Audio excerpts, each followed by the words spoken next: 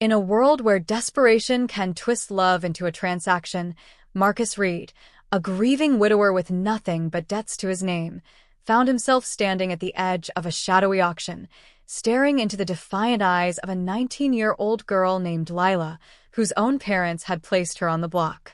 What he did next would unravel a web of secrets, shame, and salvation that neither of them could have foreseen.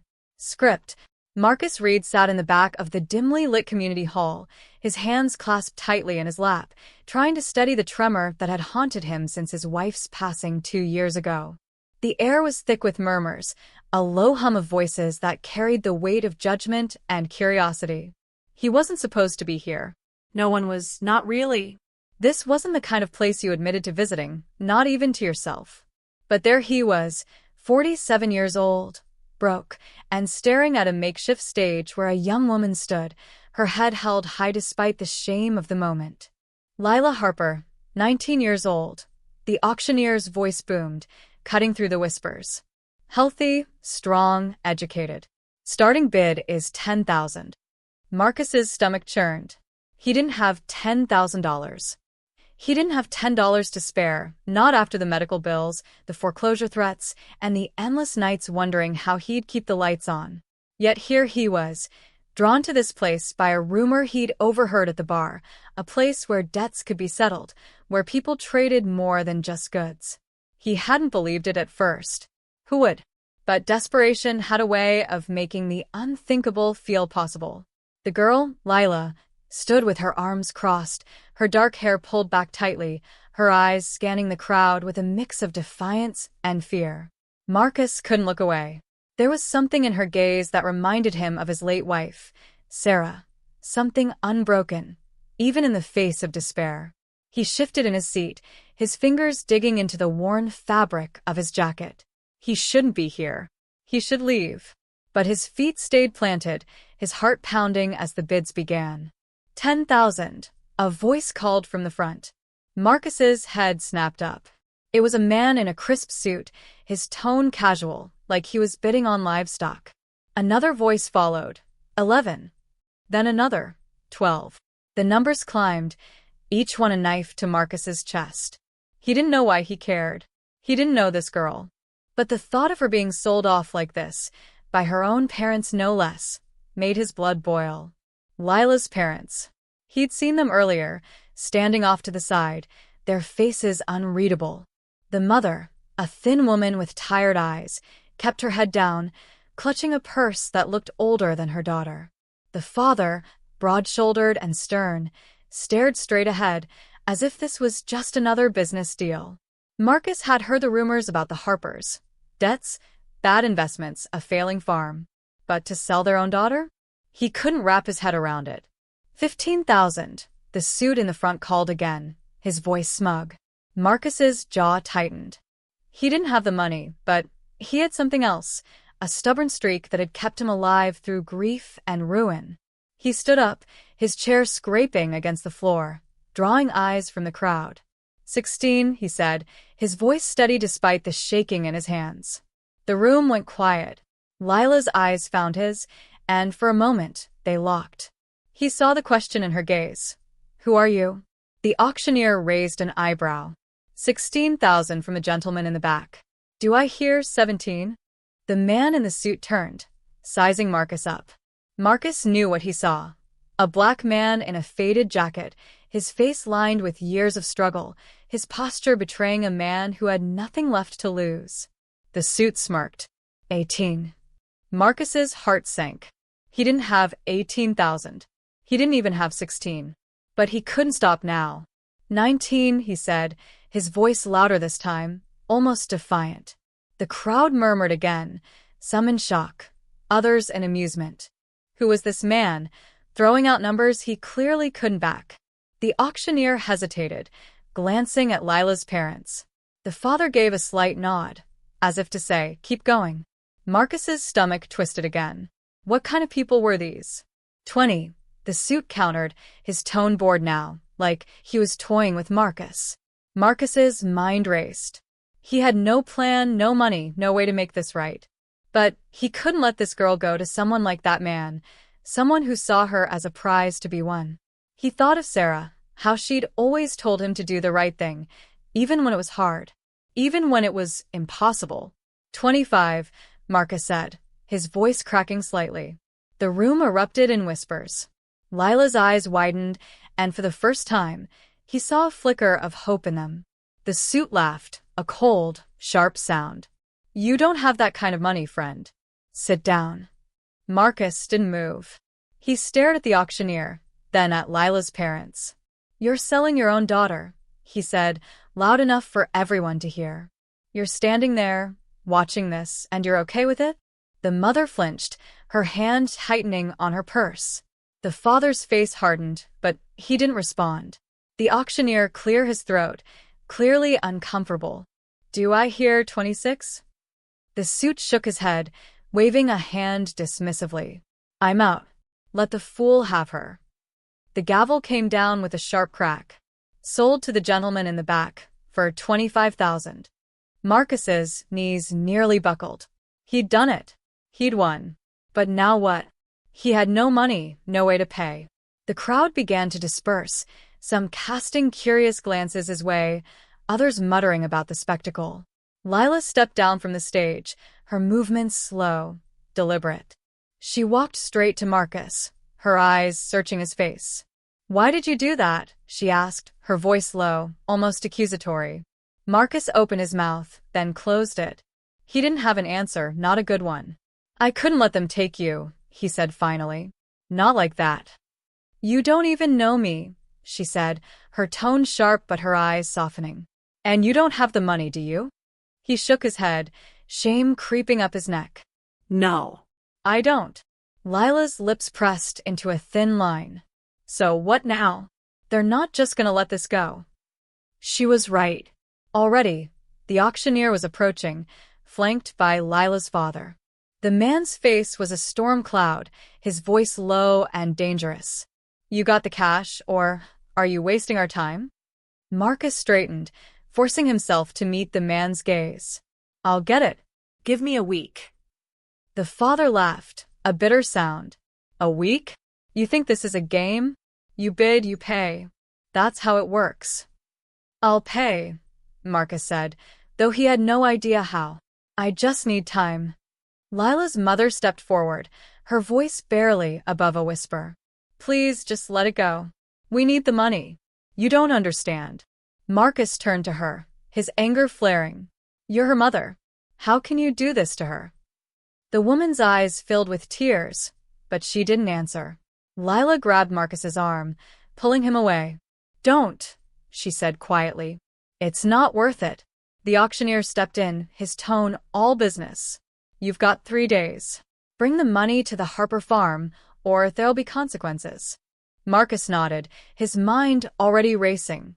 3 days. 3 days to come up with $25,000 he didn't have. Lila followed him out of the hall, her steps quick and purposeful.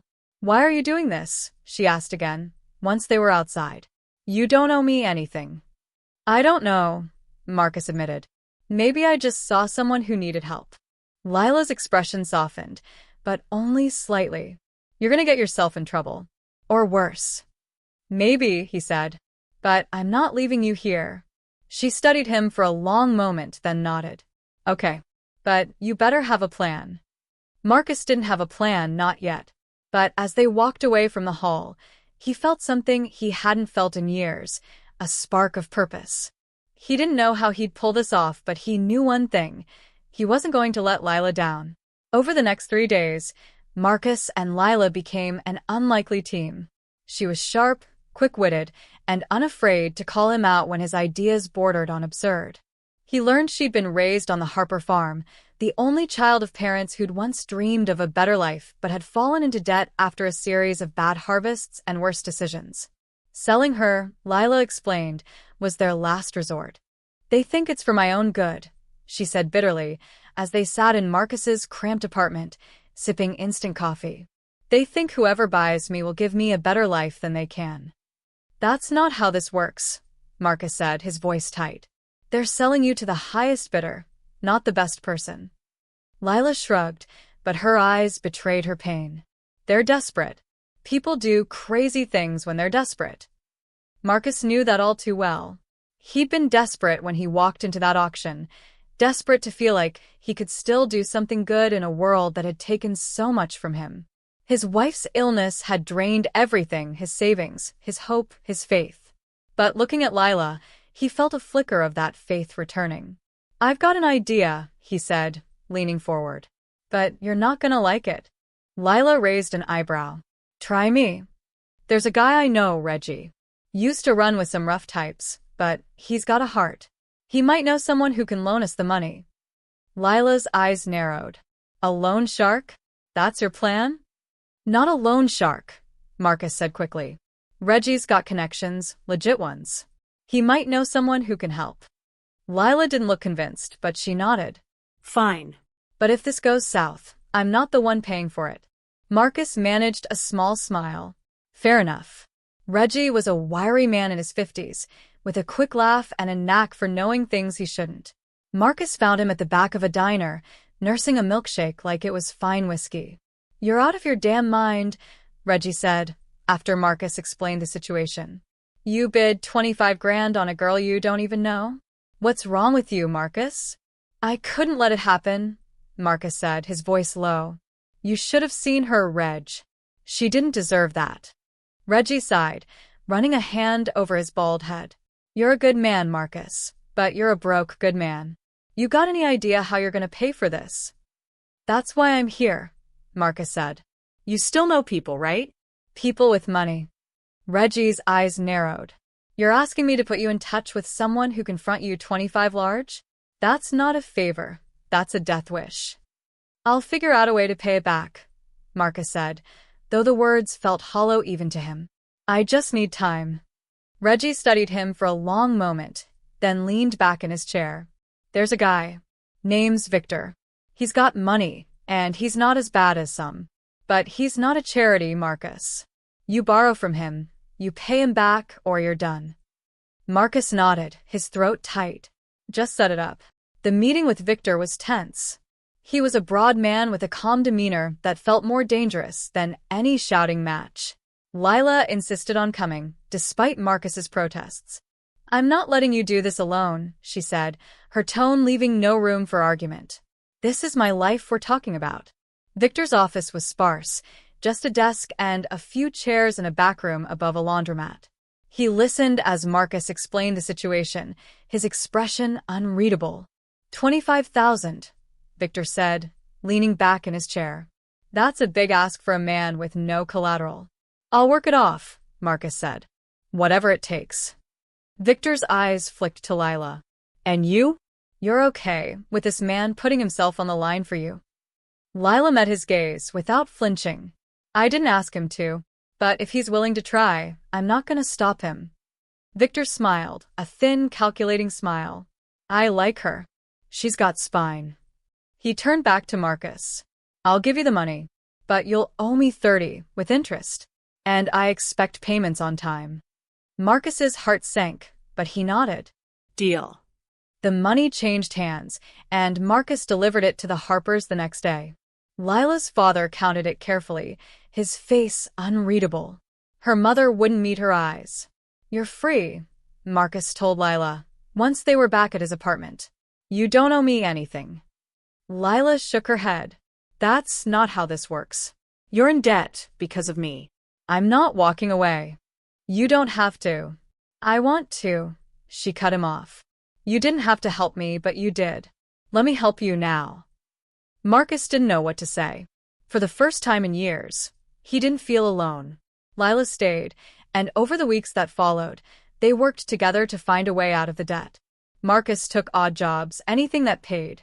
Lila, with her sharp mind and quick hands, found work at a local diner, saving every penny she could. But Victor wasn't a patient man. The first payment came due, and they were short. Marcus went to him, hat in hand, asking for more time. "You're a good man, Marcus," Victor said, his tone almost kind. "But good men don't always pay their debts. You've got one more week." That night, Lila sat across from Marcus at his kitchen table, her face set. "We need a better plan," she said. "Something big." Marcus raised an eyebrow.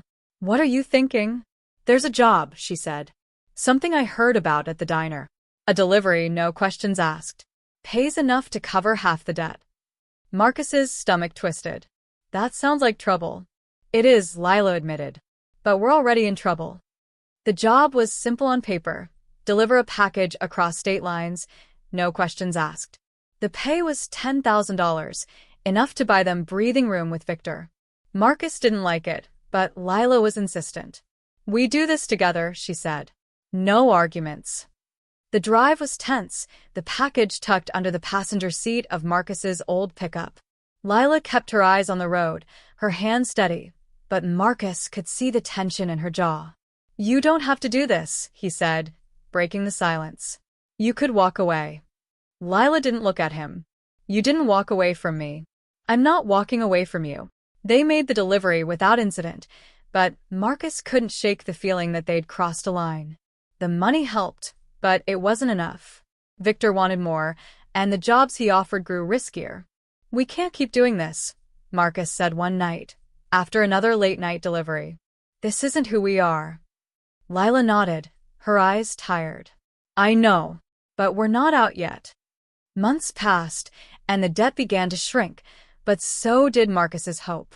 He and Lila had become something like family, bound by their shared struggle. She was fierce, determined, and smarter than anyone he'd ever met. But the weight of their choices was heavy, and he wondered if he'd saved her only to drag her into a different kind of trap. One night, Lila came to him with a new idea. There's a program, she said. A community fund for people in debt. They help with loans, no strings attached. I've been looking into it. Marcus frowned. Why didn't you mention this before? I didn't think we'd qualify, she said. But I talked to someone today. They think we have a shot. It felt too good to be true, but Marcus was too tired to argue. They applied, and to their shock, the fund came through. Not enough to clear the debt, but enough to get Victor off their backs for a while. The day they made the final payment to Victor, Marcus felt a weight lift. He and Lila stood outside the laundromat, the air cool against their skin. We did it, Lila said, her voice soft but strong. Marcus nodded, a rare smile breaking through. Yeah, we did. Lila turned to him, her eyes bright. You saved me, Marcus. Not just from that auction, but from everything.